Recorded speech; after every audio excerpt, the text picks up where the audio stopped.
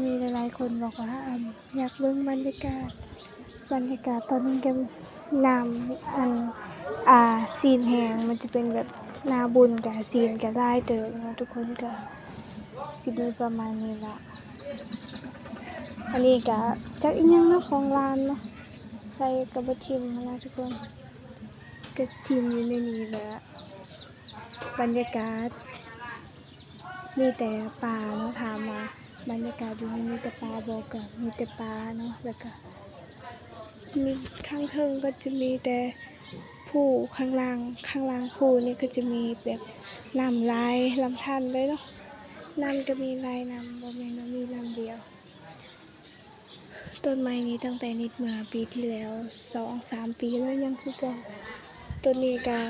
2-3 ปีแล้วนะทุกคนนี่สิมาให้เบิ่งอันนี้กันเลยอันนี้เวลาที่เฮาไปป่าเนาะเวลาที่เฮาแบบไปป่าไปสอนเนี่ยสิเฮาก็สิเอาตัวนี้แหละแบบว่าตัวนี้เฮาก็สิเอาใส่แบบปลาเน่าเนี่ยสิใส่เข้าไปข้างในนี้ใส่ข้างในนี้แล้วก็นี่เอาออกได้บ่เอาออกบ่ได้จักว่าปกติสิเอาออกได้เด้มั้ยนี่ใส่ปลาเน่าแล้วก็เฮาก็เอาออกมานี่เดี๋ยวนี้สิสาธิตให้เบิ่งเด้อว่าเอาออกแบบใดถ้าโทรศัพท์ค่อยหล่นนี่ก็คือแบบเขาสินั่งให้แล้วทุกคนสิสาธิตให้เบิ่งเวลาแบบเฮาใส่หยังนะใส่แบบปูเน่าหรือว่าหอยเน่าข้างในเฮาก็จะไปจุ่มน้ำพอจุ่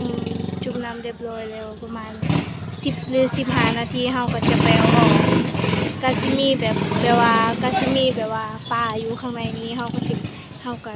บ่มีทางเอาออกทางนี้แต่เฮาสิเอาออกทางนี้ดึงไม้อันนี้ออก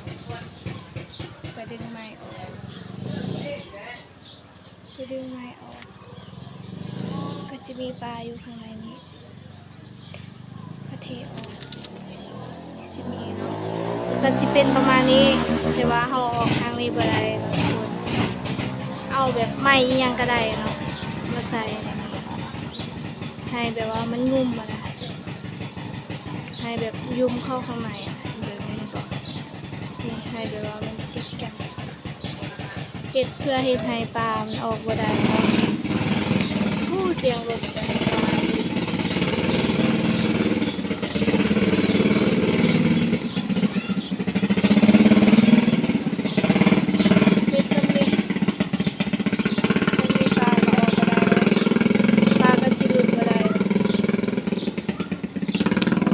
ไปเบิ่งอันนี้ต่อ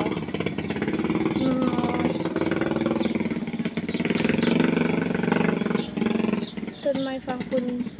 เชียอันนี้นะต้นไม้กระดก